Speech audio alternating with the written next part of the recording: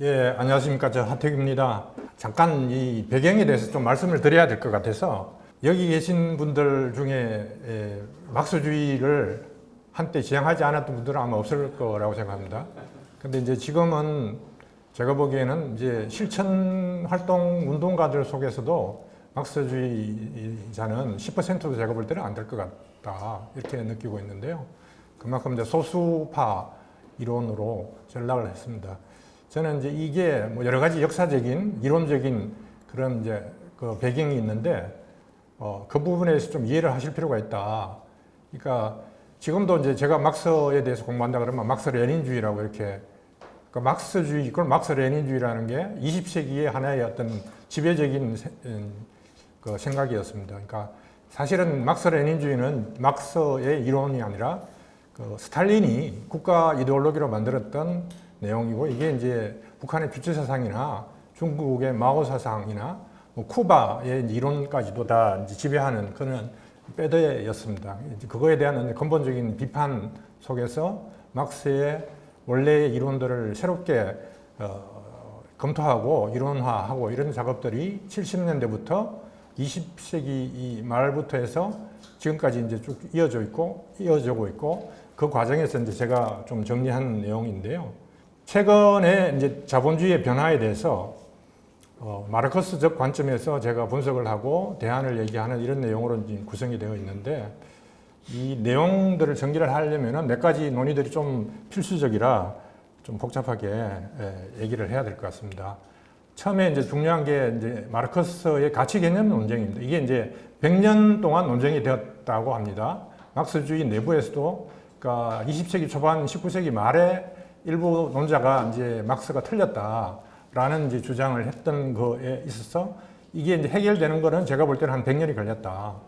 그런데 이제 가장 이제 그 요점만 말씀드리면, 가치가 뭐냐면 상품의 이제 가치인 거죠. 가치는 기본적으로 상품의 가치인데, 상품이 가치가 있어야지 가격이 생기고, 그래서 우리가 이제 실제로 이제 거래를 하는데, 그 가치의 기준을 가지고 이제 막스가 이제 자본주의를 설명을 하는데, 막스의 이제 설명 방식 중에서 이제 핵심적인 게 전형 과정입니다. 전형 과정. 그러니까 이제 상품의 가치가 가격으로 바뀐다는 거죠. 가격과 가치가 비슷한 거 아니냐? 비슷한데 틀린 거죠. 틀린 건 다른 거죠. 다른 건데 이제 비슷하다라는 생각을 하고, 뭐 그게 그거다 이렇게 상식적으로 받아들이는데, 엄밀하게 어떤 가치가 어떻게 해서 이제 가격이 되느냐 이런 문제를 이제 막스가 자본론에서 쭉 설명을 했던 부분인데, 이게 이제 논리적으로 오류가 있기 때문에 결국 막스의 논의 자체가 근본적인 한계가 있다. 이런 게 이제 그 가치론 논쟁의 그 주제였습니다. 이거를 해결한 게 이제 시점 간 단일 체계의 해석과, 그다음에 이제 여기에서 더 이제 의미 있는 내용이 가치 형식론. 이것을 종합하고 이해를 하면 좋겠다라는 게 제 얘기인 것이고요. 그 세 번째 줄 보시면 상품의 개별적 가치가 사회적 가치가 되는데, 이게 이제 뭐 시장 가치라든지 또 그게 바뀐 생산 가격이 된다든지, 이게 이제 시장 가격이 되는 이런 이제 과정이죠. 그런데 이제 그 핵심적인 것은 개별 상품의 가치가 있고, 이게 생산 가격과는 다르다는 거죠. 그러니까 공장이나 작업장에서 10시간짜리 가치가 있으면 이게 생산 가격으로 바뀔 때는 10시간이라는 생산 가격이 될 수도 있지만은 8시간이 될 수도 있고 12시간이 될 수도 있다는 거죠.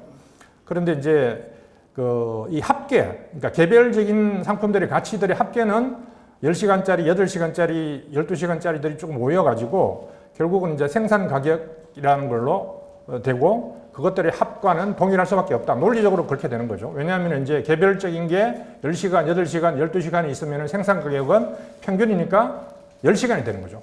그러니까 주어진 이제 상품을 생산하는데 주어진 들어간 노동시간은 각각 다르지만, 그 상품들의 무리들이 시장에 나올 때는 통일된 하나의 생산 가격이 되는데 그게 평균화가 된다는 겁니다. 그래서 거기 이제 개별 상품에 포함된 잉여 가치는 또 평균 이윤과 다른 거죠. 그렇지만 이제 잉여 가치들의 합계는 평균 이윤들의 합계와 같다. 이런 식의 이제 공식들이 일어나는데, 문제는 이제 나머지의 가치론 해석들은 이것을 이제 비판을 합니다. 그러니까 결국 수학적으로 해보니까 두 개 중에 하나는 틀렸다. 가치의 합과 가격의 합이 같다면 틀리거나 같지 않거나 또는 이 잉여 가치의 합이나 그다음에 평균 이윤의 합이 같지 않게 된다. 이거 수학적으로 이렇게 증명이 된다는 거죠. 그래서 이렇게 이제 증명하는 방식이 연립 방정식 체계인데요. 연립 방정식이라는 게 이제 수학에 대해서 조금만 이해하시면 연립 방정식 개념이라는 것을 이제 가지고 있는 것인데 이게 좌변과 우변이 있어가지고 변수가 좌변에 x, y, z 등등의 이제 변수가 있고 오른쪽에도 같은 변수가 있습니다. 그것을 통해서 이게 이제 상호 연결되어서 쭉 이제 식이 나열되는데 이때 이제 중요한 것은 좌변에 있는 x와 우변에 있는 x가 같은 x로 간주하는 게 이제 연립 방정식의 기본적인 이제 프레임입니다. 근데 이제 지금 막스의 논의 속에서는 좌변에 있는 x와 우변에 있는 x는 값이 다르다라는 겁니다. 왜냐하면은 시간에 따라서 이 사회적 가치라는 것이 계속 바뀌기 때문이죠. 그래서 이제 또 특이한 게 가치 형식론이라는 이제 논의를 하는 사람들이 있습니다. 뭐냐면은 가치는 생산 과정에서 작업장에서 생산되는 것이 아니라 시장 교환 과정에서 발생이 된다. 이렇게 이제 얘기를 하는데 왜 그러냐 하면은 아무리 생산 과정에서 가치를 가지고 있다는 상품을 만들었어도 시장에서 판매가 되지 않으면 제로이잖아요. 그러니까 결론적으로 시장에서 판매가 될 때 가치가 발생한다라는 식으로 이제 논의를 하는 겁니다. 근데 이제 비판의 내용은 생산 과정에서는 잠재적인 개별 가치가 발생하는 것이고 시장에서는 현재적 사회적 가치가 실현이 되는 것이다. 이게 이제 변정법적인 이제 이해인데요. 그런데 이제 이렇게 비판을 해야 되는 것이고 그런데 이제 가치 형식론의 요점이 있습니다. 이게 뭐냐면은 가치는 사회적 형식을 가진다. 그게 이제 교환 가치라는 게 이제 그 사회적 형식의 이제 출발점인데 그러니까 가치가 있는데 이게 만약에 사회적 형식이 없으면은 이게 가치가 아니 되는 것이죠. 그래서 이제 교환 가치를 가질 때, 결국 교환 가치를 가진다는 것은 시장에서 판매가 될 때죠. 이럴 때 이제 가치가 교환 가치라는 형식을 가지면서 실제로 사회적으로 어떤 이제 인정을 받고 이제 획득이 되는 거, 지분을 획득하는 것이죠. 그래서 이제 결론적으로 두 가지를 종합하면은 마르크스 개념이 이제 종합이 되는데 첫 번째는 가치 개념이 일관된다. 두 번째는 사회적 형식을 지니면서 변정법적으로 변화한다. 세 번째는 그래서 마르크스의 정치경제학 비판의 주요 명제들은 적어도 논리적으로는 타당하다. 이게 좀 풀어서 말씀을 드리면 상품의 화폐로 전환, 시초 축적에 의한 자본 관계 형성, 자본의 잉여가치 창출, 부정의 부정으로서의 자본의 축적의 역사적 경향, 상대적 과잉인구 창출, 자본의 지속적 순환, 사회적 총자본의 축적, 잉여가치의 이윤으로 전형, 이윤의 평균으로 전형, 가치의 생산 가격으로 전형, 금융자본과 토지 소유의 잉여가치 분배, 물신성 지배, 그 다음에 유기적 구성의 고도화와 주기적 위기 경량 같은 것들이 이제 마르크스의 정치경제학 비판, 자본론을 중심으로 한 서술에서 가장 핵심적 명제들인데 이것들이 논리적으로는 타당하다. 그런데 이제 더 중요한 것은 이런 법칙들이 가치와 가치의 형식과 내용 사이의 모순을 통해서 관철됩니다. 사실 이게 이제 개념이기 때문에 굉장히 딱딱하고 쉽게 이해 안 되는 거지만 사실은 우리는 일상생활 속에서 이런 것들을 항상 가지고 있습니다.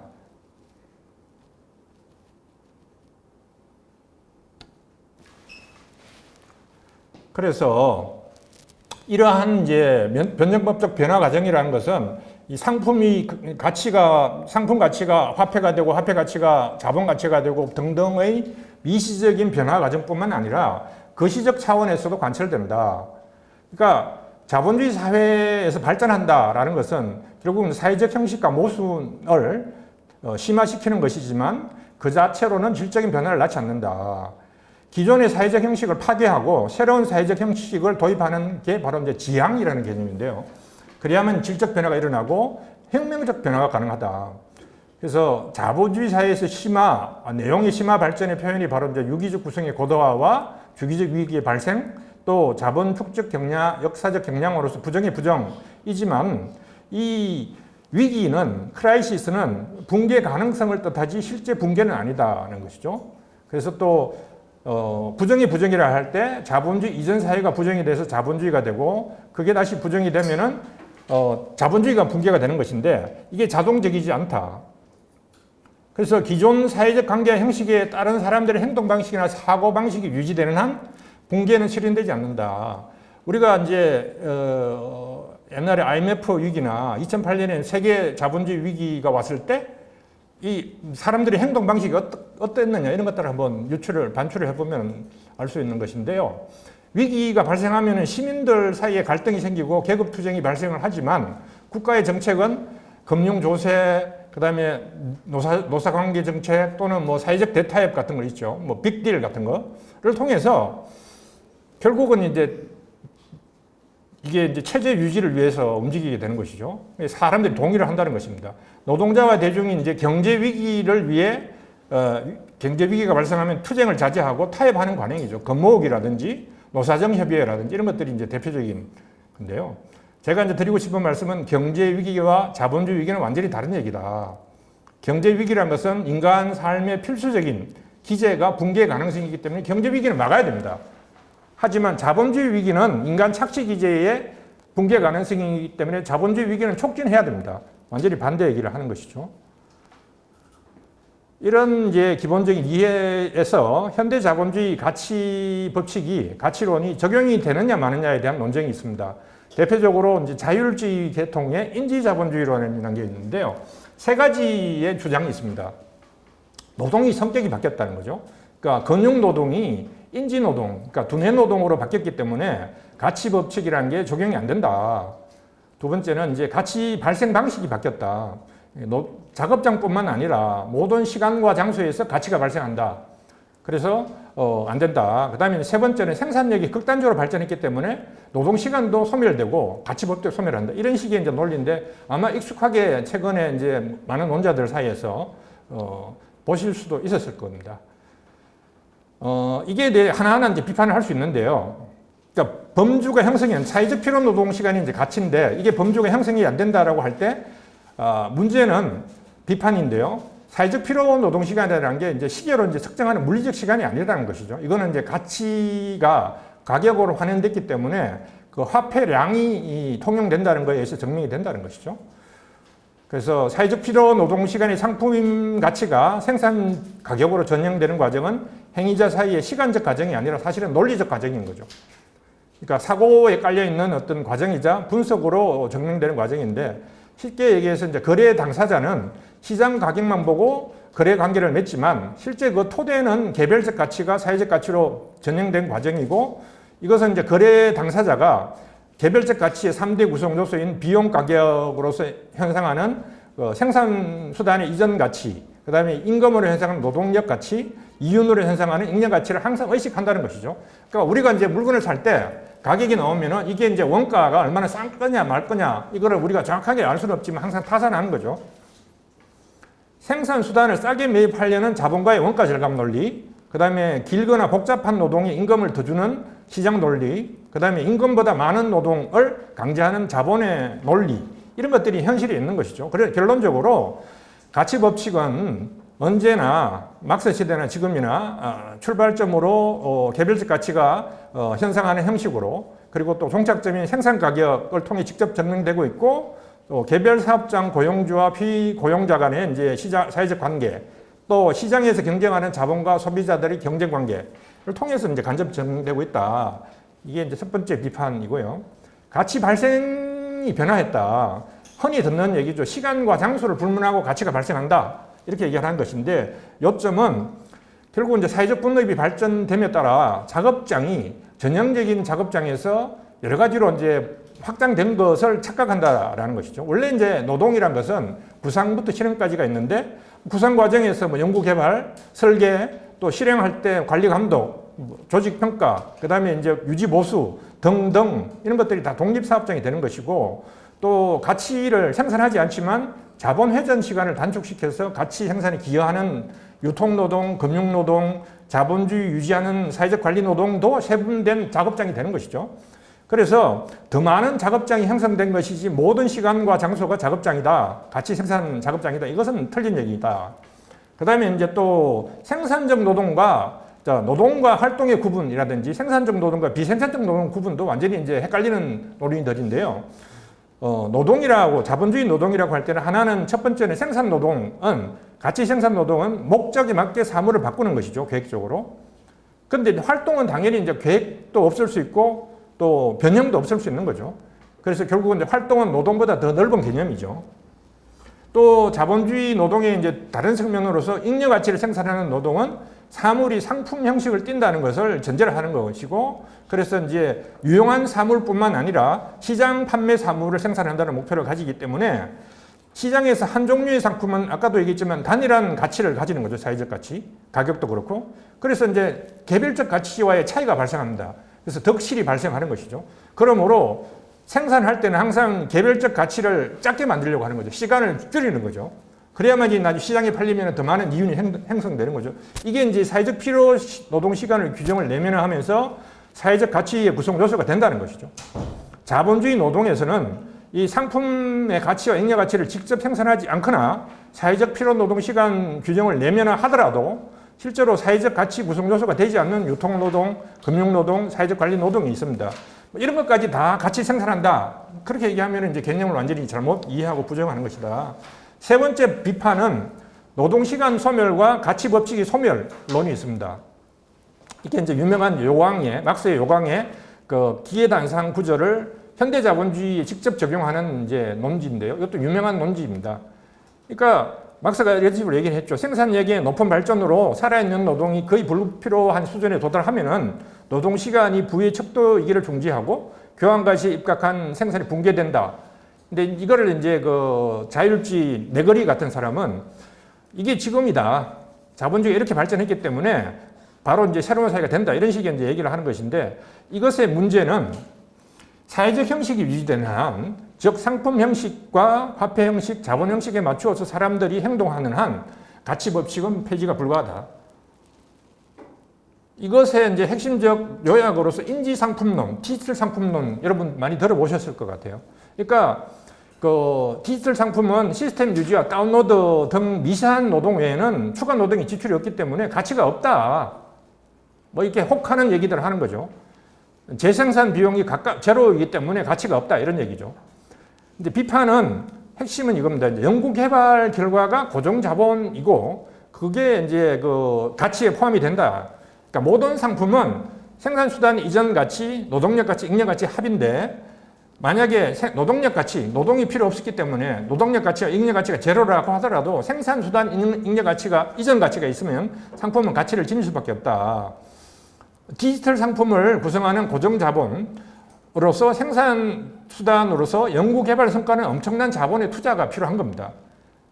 그만큼 이제 감가상각이 되는데요. 그래서 뭐 아이디어, 공식 설계, 그다음에 소프트웨어, 알고리즘 등은 무형의 고정 자산으로서 도덕적 감가상각 기간 동안에는 상품, 그것에 기반한 상품에다가 가치를 이전할 수밖에 없는 것이죠.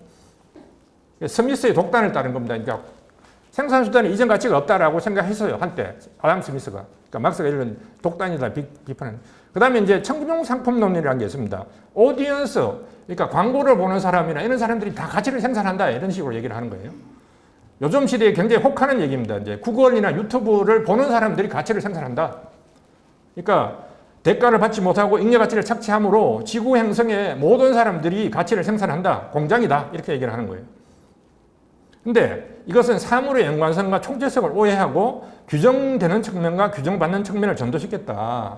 우리가 이제 콘텐츠를 달고 댓글을 읽고 콘텐츠를 읽고 댓글을 다는 행위, 이는 소비 행위로서 사물을 계획하고 변경하는 건 아니고 더구나 가치 규정을 내면화해서 사회적 필요 노동 시간을 구성하는 행위는 더욱 아닌 것이죠.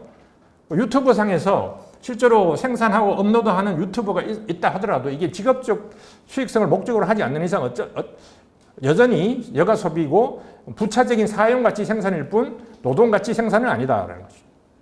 근데 이제 문제는 이제 자본이 실제로 소셜 미디어 이용자의 모든 활동 데이터와 콘텐츠를 활용을 하고 있습니다.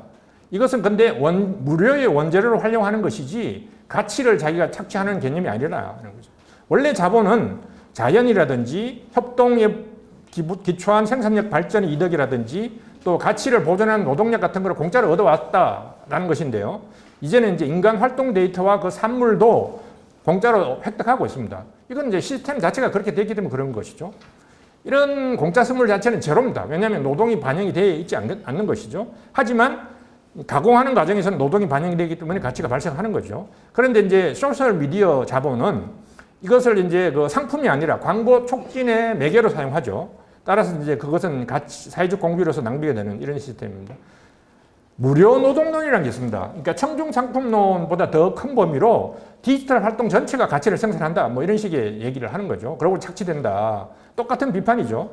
이 개념 착오가 있는 것이고 소비의 부차적 측면에서 사회용 가치 생산을 상품 형식에 규정되는 가치와 인의 가치는 않는 생산적 노동이다라는 이제 뭘 이해를 하는 것이다. 그다음에 정보 지대론도 많이 들어보셨을 겁니다. 그러니까 이게 가치가 생산되지 않기 때문에 실제로는 지대를 통해서 정보 지대를 통해서 세계 노동자 계급이 생산한 인의 가치를 점유한다 이렇게 얘기를 하는 것이죠. 두 가지 이제 오해가 있는데 아까 생산과 노동과 소비를 오해하는 것과 더불어서 마르크스 지대 개념 오해도 있는데요. 말씀드렸지만 디지털 생산물도 가치가 있을 수가 있습니다. 이것 항상 있는 것이죠. 뭐 노동에 들어가면. 그 다음에 이제 또 지대 개념인데요. 지대 개념이라는 게 재생산이 불가능한 자연의 독점, 그러니까 토지 지대가 대표적인 거예요. 토지 소유에 의한 지대. 지대라는 것 자체가 이제 토지에 대한 임대료죠. 그거에 근거할 뿐 재생산이 가능한 이제 뭐 정보 이런 것들은 결국 노동으로 재생산하기 때문에 근거할 수 없다는 거죠. 왜냐하면은 생산성 차이가 있고 거기에 근거한 초과 이윤이 발생할 때 그게 지대로 바뀌는데 이게 자연이 아니라 재생산 가능한 노동산물인 한 이것은 이제 자본의 경쟁에 의해서 이제 결국 이제 극복이 되는 문제이거든요. 그래서 이제 정보지대라는 것은 일시적이다. 그 다음에 정동 가치론도 많이 들어보실 겁니다. 정동론 이런 게 유명한데요. 그러니까 노동시간이나 주목시간은 가치와 생산에는 관련이 없지만은 이게 이제 그 다중의 정동이 전환된 브랜드 가치를 매개로 해서 금융시장에서 실현된다 이런 논지가 있습니다. 이건 뭐 틀린 얘기가 아니죠. 브랜드 가치라는 게 정동을 통해서 어떤 이제 그 가치가 형성된다면은 유통이 잘 되는 거죠. 하지만 여기에서 논지에서 실현된 가치가 어디에 있었느냐 이런 것들을 얘기를 못하는 문제가 있고 이걸 이제 과감하게 이제 정동이 가치를 생산한다라고 주장하는 사람이 있습니다. 정동 자본주의론. 그런데 문제는 이제 정동 자본주의론은 가치가 유통이 어떻게 되고 분배가 어떻게 되는지 이런 설명을 할 수가 없다라는 거죠.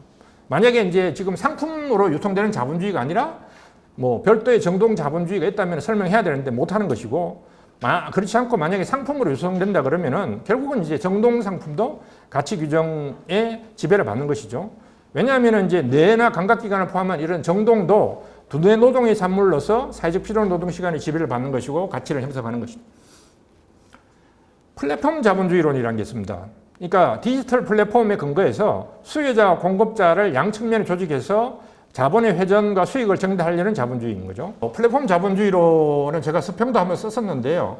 이게 이제 자본이 수익성을 높이기 위해서, 회전을 높이기 위해서 수요자, 공급자를 양쪽에 조직하고 서로 연결하는 과정에서 시간을 단축하려고 하는 그런 방식인데 한쪽에다가 혜택을 많이 주고 다른 쪽에는 그 혜택된 만큼 비용을 증가하는 거죠. 지금 예를 들어서 유튜브나 이런 데서 공짜로 컨텐츠를 보여주면 사람들이 몰려들고 수십억 명이 몰려들고 여기에 광고 시장이 형성되니까 광고주들한테 돈을 받는 방식이죠.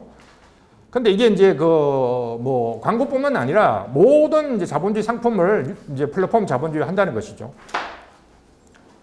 그 다음에 이제 이 플랫폼 자본주의에 더 나아가서 감시 자본주의라는 개념이 있습니다. 그러니까 우리가 지금 모든 이제 디지털 활동을 통해서 여러 가지 이제 정보를 이제 컨텐츠를 생산해야 되는데 이 감시 자본주의는 우리가 원래 이제 이제 고객 서비스 이용자 약관을 통해서 아인을 했을 때 숨겨져 있는 내용들을 통해서 우리가 실제로 이 플랫폼 이용을 위해서 직접적으로 상관 있는 정보뿐만 아니라 모든 정보를 다 이제 감시 자본은 다 축적을 하고 있습니다. 그거는 이제 지금 공공연한 비밀인데요.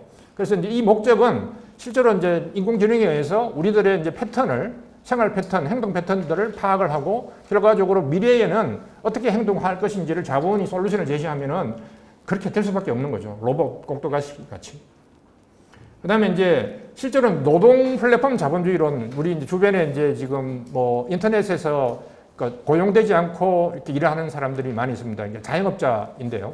디지털 자영업자인데 이것들이 이제 바로 노동 플랫폼 자본주의에 의해서 초과 착취당하는 그런 방식이다. 그 변화의 이제 네 번째 중요한 개념 중에 인공지능 자본주의 개념이 있습니다. 이것은 사실 이제 발전하는 이론인데요. 핵심 쟁점은 노동이 인공지능에 의해서 소멸할지 여부입니다. 그러니까 이제 긍정론이 있습니다. 근데 긍정론은 대체로 이제 직관적으로 얘기를 하는 거죠. 현실 규정들을 이제 생략하고. 반대론이 네 가지가 있습니다. 플라니 역설, 일자리 진화론, 일부 노동 대체 불가론, 인공지능 합성론, 학습 노동 불멸론, 자본 축적 동화 논리론. 이 5가지인데 이게 각각 이제 제가 비판적으로 검토를 했고요.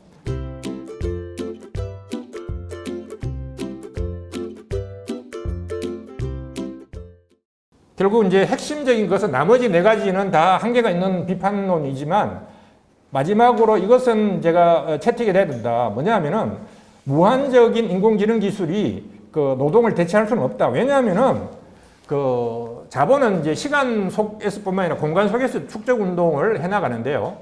공간 속에서 한다는 얘기는 실제로 세계적으로 이제 자본주의 그 기술이 지배적이 될 때까지 다 초과 이윤이 발생한다는 것이고요.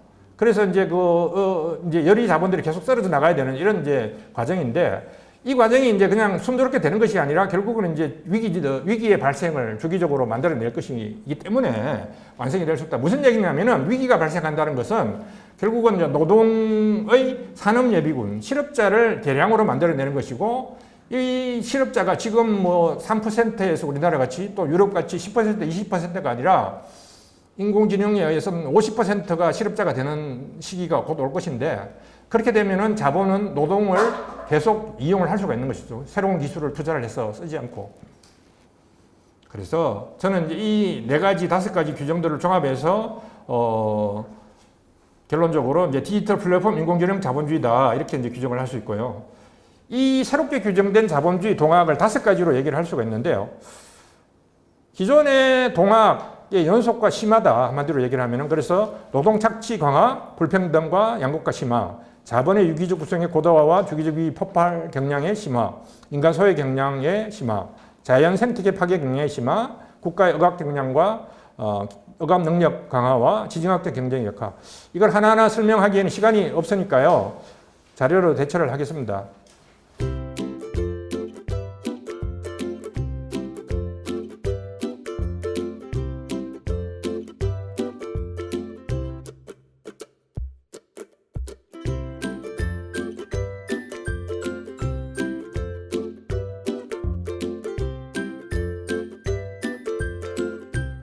결론만 말씀드리겠습니다.